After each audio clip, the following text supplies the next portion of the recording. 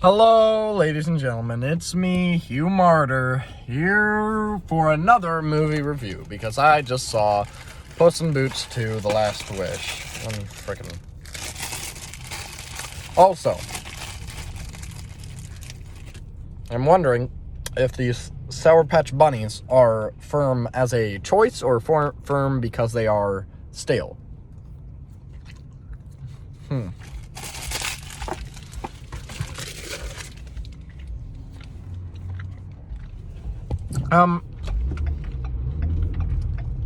So yeah,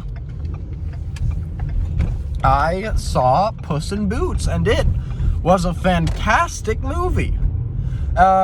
First off, let me just say that, a thing that very pleasantly surprised me about this movie was the fact that I jumped in. This is a sequel. I had no idea about any of these characters. Well, I mean, I had the idea of who Puss in Boots was because of, like, the art of the movie. He's a cat with a sword, I guess. And he's Mexican. Spanish. Whichever. Yeah, he's Spanish. Excuse me. But anyway, so I knew that. And yet, I was able to jump into this film and, still enjoy it fully. I don't think anything would have been added by my watching the first one. I mean, I can't tell, and hopefully I can get informed if that's the case, but I really don't think if I had seen the first one that would have been better for me to watch the second one. But anyway, you know what? No spoilers. Because I don't want to spoil anything. But there's Puss in Boots. He is, maybe spoilers, I can't tell. Anyway, there's Puss in Boots.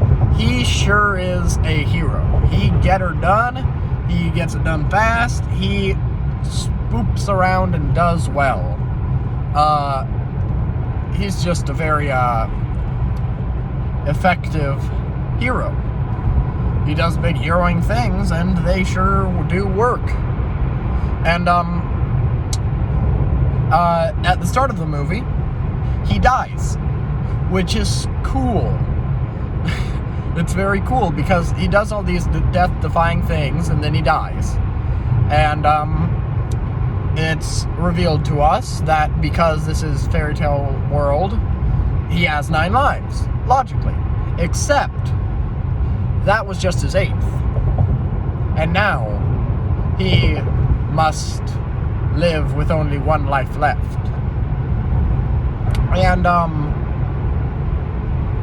the goal of the movie is to go get the last wish, which is a wishing star that crashed down to Earth and can fulfill your wish and Puss wants more lives. There's also Death.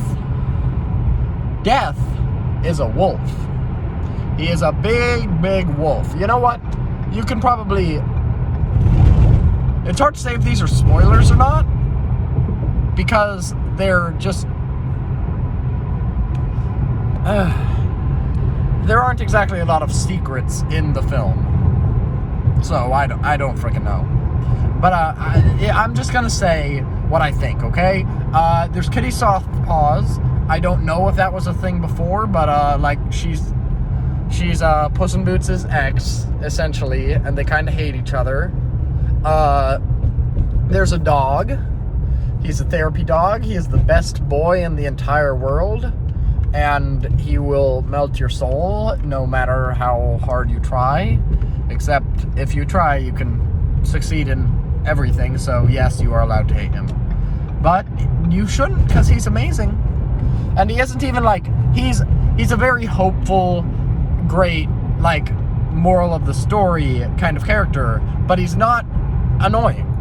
He's very much not annoying. He's just cute and amazing. You have... Right. Death. I mentioned him. Shoot. But Death. He's a big glumping boy with two big sickles, and he's a wolf, and he whistles, and it's spine-chilling. It's excellent. I did not expect to be scared by something on the screen in this film, but I did, and that was neat. I was intimidated by a wolf. In other news, there's Goldilocks and the Three Bears. And Goldilocks and they're all British, which is certainly a way to do it. There's nothing wrong with being British, depending on who you ask. But, I guess there's three bears and Goldilocks. Like, they're bears, and the mama's the mama, and the papa's the papa, and the baby bear is like the baby bear and squabbles with Goldilocks. And they honestly play off the story of Goldilocks, honestly, quite a lot, which was on the verge of becoming tiresome, I must admit.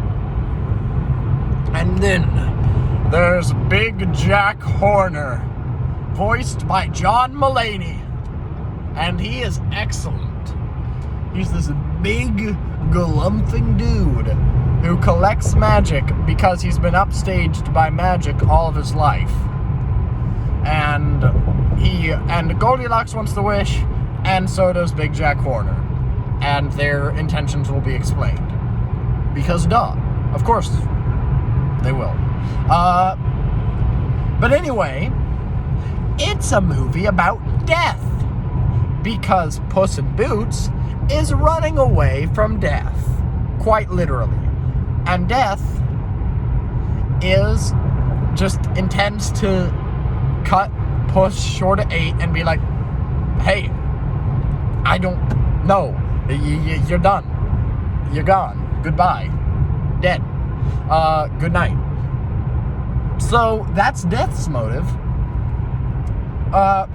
It's a story about family and trust and living your life to the fullest, as it often is with death involved. Living life to the fullest usually comes up when death is involved. And then there's the family with Goldilocks and Puss in Boots and Kitty Softpaws, and the puppy all bond. And Jack Horner has no morals and learns nothing and is a really, really excellent villain. He's a very similar to Jim Carrey in that he is outlandishly committed to the whole thing of being evil, I guess. Is that an exclusively Jim Carrey trait? I mean, he doesn't make an abject fool out of himself like Jim Carrey. I don't know. Maybe I shouldn't have drawn that reference. But he's hilarious, as John Mulaney often is. He did a fantastic job with Big Jack Horner. The cinematography was really excellent. There were bright colors, and there were lots of movement and good stuff they did with the environment and the drawing. Whoa, what animation! Cool, good. It reminded me a lot of Spider-Verse. You'll see that in the movie if you watch it. The fluidity of the fight scenes and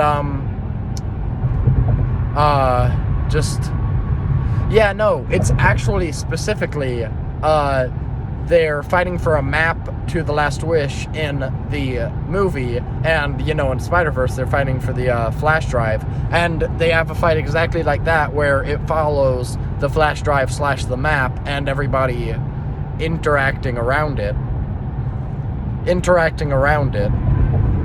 Did y'all get that? Whatever. So the movie is just amazing and beautiful to watch. I became moist.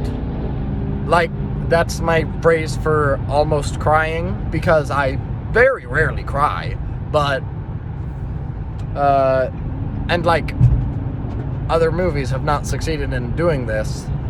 And the last movie I got moist at was Coda, which is this very heart-touching story about, like, deaf people and acceptance and family similarly. And I almost got moist at that. So it's really, really impressive what they've done with these characters. Like, they're always cracking up and telling jokes, and there's no fart humor or really stupid humor. It's all good humor, but at the same time, there's a lot of emotional weight carried in these characters, and that really surprised me, because this is the same franchise that, you know, ran with Shrek, and Shrek is vulgar and crude. So it's very interesting. Yes. It's really a fantastic film. They've already set up a sequel, although theoretically I'd be perfectly happy if it stopped here, because at the end a lot of morals are learned and a lot of people are happy, and it's great. Shoot. They add a lot of attention to detail. There's a lot of extra steps you can see taken. There was a lot of stuff, like Jack Horner has a lot of magical items because he collects magic items because he wants to account for the fact that he's been upstaged by magic.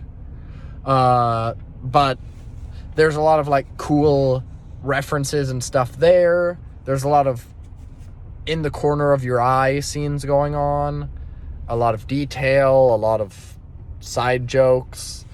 That's really fantastic. Yeah, no, the humor is on point. I can't express that enough. Like, you watch another movie like Trolls or something, and you get a lot of, like, stupid, or not stupid necessarily, but silly, or really just sad, because it's not a very good attempt, child humor. But these are very good jokes. I also noticed that a lot of adults came to see the show. I don't think a bunch of kids came to see the show, although it was late in the release of Puss in Boots, so probably it's not at the height of its popularity. There were probably kids there before. But anyway, yeah, I guess that's the film. I can't think of anything else I want to say. I legitimately, besides the minor thing of, like, ragging on the whole thing that, to this, to that, just right.